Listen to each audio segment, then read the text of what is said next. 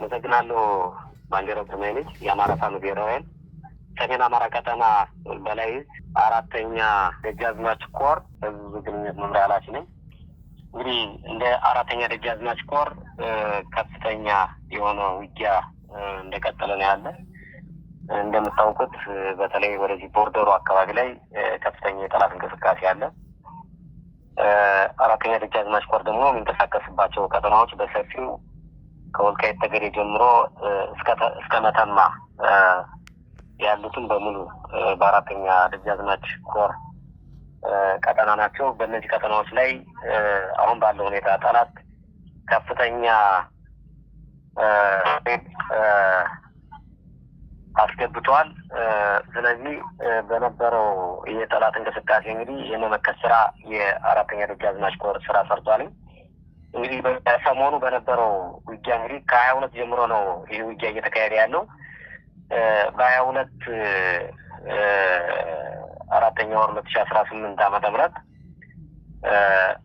በመተማ ወረዳ ወይም ደግሞ ምዕራብ ጎንደር መተማ ወረዳ ዲቪኮ ቀበሌ ጫቆ ሰፈር የሚባል ቦታ ላይ የፋሽስቱ ብልጽግና መንግስት በአማራ ህዝብ ላይ የጀመረውን የወረራና የዘረፋ ስራውን አጠናክሮ ቀጥሏል። አራተኛ ደጃዝማች ኮር ደግሞ እንደሚታወቀው 6 ክፍለ ጦሮችን አካቶ እየተንቀሳቀሰ ያለ ነው። ከ6ቱ በቅርቡ ከመይሰው ካሳ ኮር የነበረ አጣናዋሲ ክፍለ ጦር ተቀላቅሏል። ቅድም በጠቀስኩት ቦታ ላይ እና ቀበሌ ላይ ዲቪኮ አካባቢ በተለይ ሰሞኑን እየተንቀሳቀሱበት ያለው የፋኖን ቤተሰብ ማሰር፣ የፋኖን ቤተሰብ ንብረት ማቃጠል እና ሌሎች ጫናት ሌላውን ይህን አስከባሪ የሞቱ ሲሆን 6ቱም ሙሉ በሙሉ ተማርከዋል ማለት ነው። በተመሳሳይ 400 የብሬን ጥይት ተማርኳል። 90 ፍሬ የክላሽ ጥይት ተማርኳል። በዚህ ሰዓት ይህ ኃይል አግቷቸው የተገኙ 6 ሴቶችና 2 ወንዶች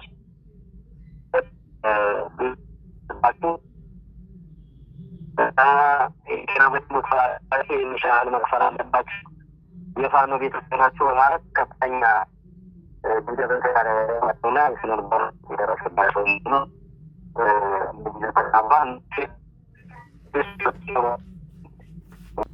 አዛዥ ሆኖ የተመደበው ሊቁ ነው። እንግዲህ የክፍለ ጦሩ ዋና አዛዥ ሆኖ የተመደበው ሊቁ ንጉስ ነው። እሱ እንግዲህ በስምሪቱም የመጀመሪያ ስምሪቱን አድርጎ ትልቅ ውጤታማ የሆነ ጀብድ ፈጽሟል። በዚህ በነበረውም የተሳተፉ ብርጌዶች በአባዬ ብርጌድ፣ ፋሲል ደሞዝ ብርጌድ እና አበራ ጎባው ብርጌድ ለዚህ ስምሪት ታጭተው ስለነበር ይህን ስምሪት በአግባቡ ፈጽመዋል። ይህ ኃይል ወጥቶ ያንገላታ ይዘርፍ የነበረው ኃይልም ተመቶ ተመልሷል። ሬሳውንም በአካባቢው ማህበረሰብ በማስተባበር ፋኖ በክብር እንዲቀበር አድርጓል ማለት ነው። እነዚህ የተሰዉ የሞቱ አድማ በተኖችን ማለት ነው። ከዛ በተረፈ በ23/4/2018 ዓመተ ምህረት ከሄደ ውጊያ ነው። በዚህ መሰረት ይህ የተናደደ ኃይል ከመተማ ወረዳ ቆይትና ዲቪኮ በማንቀሳቀስ በሌሊት ወደ ወዳምስ ምትባል ቀበሌ ፋኖ ይገኝባታል ተብሎ ማዕከልና ተብሎ ወደ ታሰበው እንቅስቃሴ አድርጓል። ቀድሞ መረጃ የደረሰው ፋኖም ይህ አካባቢ ላይ የሚንቀሳቀስ በተለይ ቀኑን በወዳኔ ያለበት አጣናዋሴ ስለነበር በመቆየት ከሌሊቱ ከ9 ሰዓት እስከ 10 ሰዓት ባለው ከፍተኛ ጉዳት አድርሷል። ጨለማ ስለነበር የሙትና ቁስሉን መለየት ባይቻልም በዚህ ላይ ከፍተኛ ጉዳት እንዲደርስ ተደርጓል ማለት ነው። በተመሳሳይ እንግዲህ በ23/4/2018 ከ12 ሰዓት ጀምሮ ደግሞ በሞገሴ አድርጎ ከአብርሃ ጅራ የተንቀሳቀሰውን ኃይል ከመሻ ወጣ ብሎ ጎጃም ሰፈር ከሚባለው ቦታ ላይ ከፍተኛ ጉዳት እንዲደርስበት ተደርጓል። በዚህ በነበረው ውጊያም እስካሁን ባለው መረጃ ማለት ነው እንዳጋጣሚ ስለሆነ ከ10 በላይ የሞተ ወደ 14 ቁስለኛ እዛ አካባቢ ጤና ጣቢያ ላይ እንዳስገባ ሙሉ መረጃው ደርሶናል ማለት ነው። በአጠቃላይ የምርኮ ሁኔታና ሌሎች ጉዳዮችን እንደደረሰ እናቀርባለን። በዛሬ አካባቢ ላይ የአራተኛ ደጃዝማች ኮር ጎቤ ክፍለ ጦር ነው በዋናነት የተሳተፈ።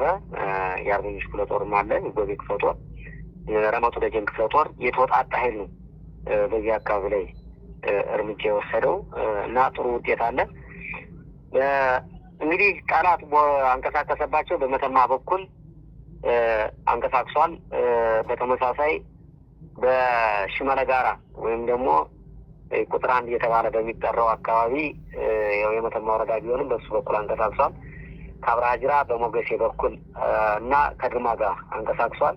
በተመሳሳይ በጋብላ በኩል በሁለት መንገድ አንደኛው ወደ ላስታ በኩል የሚንቀሳቀስ ሲሆን አንደኛው ደግሞ ወደ አሻሚት የምትባል ቦታ ላይ ይሄ ደግሞ ማዕከላዊ አርማጭሆ ወይም ማሰሮ ደንብ አካባቢ የተንቀሳቀሰ ነው። በተለያዩ መንገዶች የሚችለውን ኃይል ሁሉ ይዞ ተንቀሳቅሷል። እዛ አካባቢ የሚገኝ እንደ አራተኛ ደጃዝማች ኮር ደግሞ ሁሉም በተደራጀና በተደራጀ አግባብ እየመከተ ይገኛል ማለት ነው።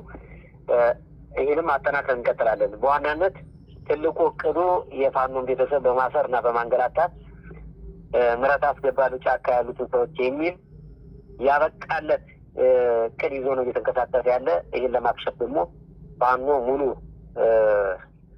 በሙሉ በሚባል አግባብ ይህን እቅድ ለማክሸፍ በእቅድ እየተንቀሳቀሰ ያለ። አስፈላጊውን እርምጃ ለመውሰድ ሁሉም ነገር የተሟላ ስለሆነ ምንም ያዳግት ነገር እንደሌለውና በአጭሩም ይሄ ጠላት በየገባበት አካባቢ እንደሚደመሰስ ለማሳወቅ ፈልጋለሁ። ይህን ማጠናከር እንቀጥላለን። ከዚህ በኋላ ማንኛውንም በፋኖ ቤተሰብ ላይ በሚወሰደው እርምጃ ፋኖ ተመጣጣኝ እርምጃ እንዲወስድ በጋራ አጥብቀናል።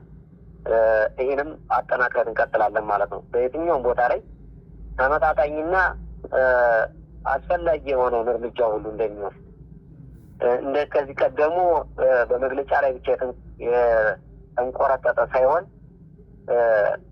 ወደ ተግባር ገብተን አስፈላጊውን እርምጃ እንደምንወስድ ይህን በዚህ አጋጣሚ ለማብሰር ፈልጋለሁ። ይህን ስል ከዛ እያሰረ ያለ የፋኖን ቤተሰብ እያሰቃየ ያለ የሰላም አስከባሪ ነን የሚል አለ። በተመሳሳይ አድማ ብተናን የሚል አለ። ዋናው መንገድ መሪው ይሄና ምንሻው የቀበሌ ሊቀመንበር የሚሉት ናቸው።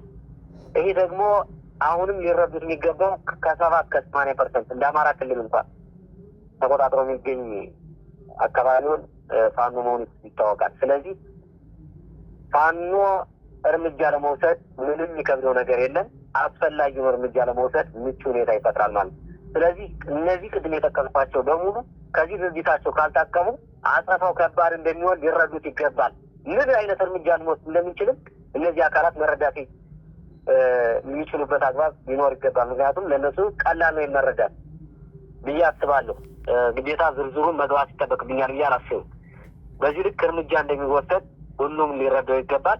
የአማራ ሕዝብ የኢትዮጵያ ሕዝብ መለው የዓለም ሕዝብ ቢሆን ሊረዳን ይገባል። በሚወስደው አጸፋዊ ምላሽ ከሌላ እንግል እንዳይታሰብ በትክክል የባንዳ ቤተሰብ የባንዳ የሆነ አካል አስፈላጊውን እርምጃ ለመውሰድ ምን ዝግጅታችን ጨርሰናል። ይህንም ጨርሰናል። አሁንም መጠናከር እንቀጥላለን ማለት ፈልጌ ነው። በእናንተ በኩል የሰጣችሁን ያለ ሽፋንም ከልብ እናመሰግናለን። ሌሎችንም ማህበረሰቡን በመጠየቅ አካባቢውን በማጣራትም ምን አይነት እርምጃ እየተወሰደና እንዳለና ምን አይነት በፋኖ ቤተሰብ ላይ ጉዳት እየደረሰ እንዳለ እናንተ የሚዲያ አካላትም እየፈተሻችሁ ለህዝብ ማድረስ ይኖርባቸዋል የሚለውን ለመናገር ያክል ነው። አመሰግናለሁ።